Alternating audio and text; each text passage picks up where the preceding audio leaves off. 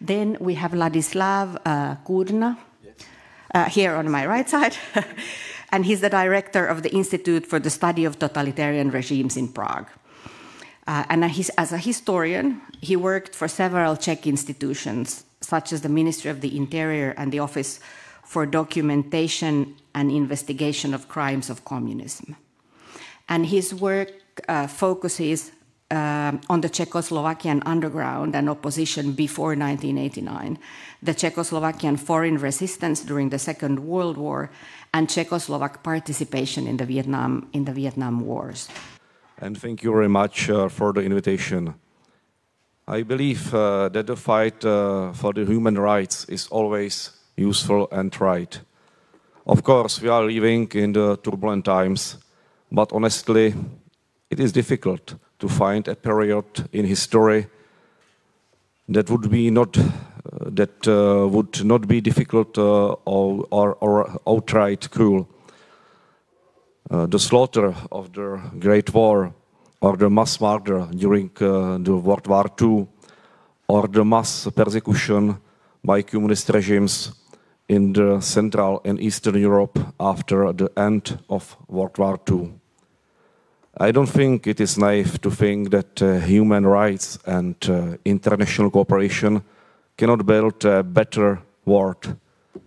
But if we want a world which be effectively confront evil, unjust, as in the case with Russian aggression against Ukraine, we must rely not only on a universal concept of human rights, effective diplomacy, but on a real military power. As a historian, I would like to mention a few aspects from the past, but also from the future, in which I still see a great contribution of the spirit of Helsinki.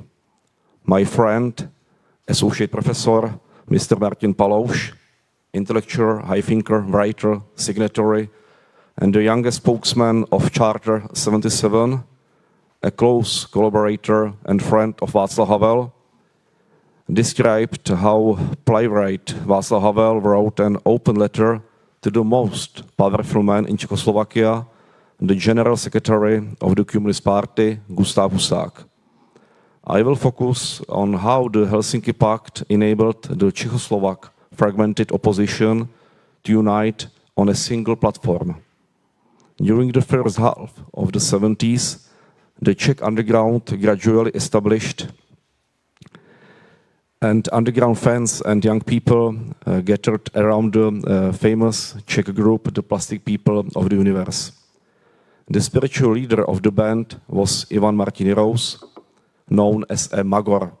We can translate it, Magor, from Czech to English like a crazy, lunatic, or eccentric man. The State Security Service noticed existence of underground only in March 1974, although it was established in the early 70s. Why? Because after invasion of Warsaw Pact in August 1968, Communist Party launched the mass purges inside party and culture. Both official and unofficial have to wait. 500 young people gathered in the small village Rudolfov near the town České Budějovice and were brutally beaten by the Communist Security Service. It has happened in March 1974. For both the underground and the communists, this accident was a turning point. The communist regime decided to establish a special unit of security service for monitoring the internal enemies of regime, including the underground. Among other things, members of security service dispersed underground concerts and confiscated banned books, magazines, and so on.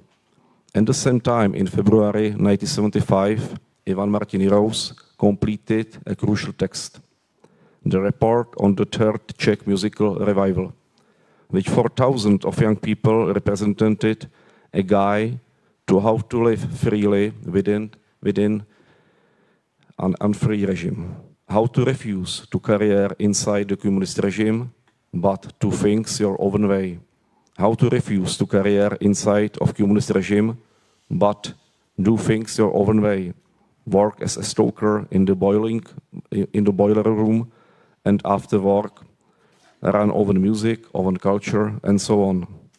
In the mid of November 1975, State Security launched the special operation named the Band, which forever changed the domestic political map.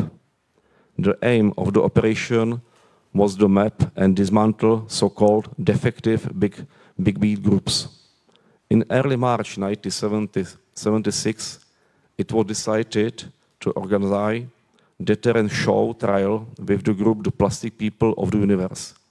The Czechoslovak media was full of reports about rotten Western music and hairy troublemakers around the group the Plastic People of the Universe. Václav Havel, philosopher Jiří Němec, and many other personalities preparing their defense. For example, famous Czech philosopher Professor Jan Patočka, poet Jaroslav Seifert, and Nobel Prize winner Heinrich Böll publicly expressed support to long-hair young people from the circle of the group the Plastic People of the Universe. During defense of underground, they can point to Helsinki Pact, which became part of the Czechoslovak legal system from the March 1976. As we know, third basket guaranteed human rights and civil liberties. Václav Havel soon realized that it would be a shame not to seize the opportunity and unite the fragmented opposition. The result was Charter 77. The unification of the opposition was the last thing the communist regime wanted. The unification of the opposition was very important for our future. Although it was a small group, by the mid of 80s, approximately 1,200 citizens had signed Charter 77, employing repressive forces until the fall of the communism. The existence of Charter 77 proved crucial, especially in November 1989. It is worth noting that most of the signatories came from the underground, approximately 40%. It may seem strange to us today, but some dissidents at the time considered the final act of the Conference on Security and Cooperation in Europe like a betrayal of the West.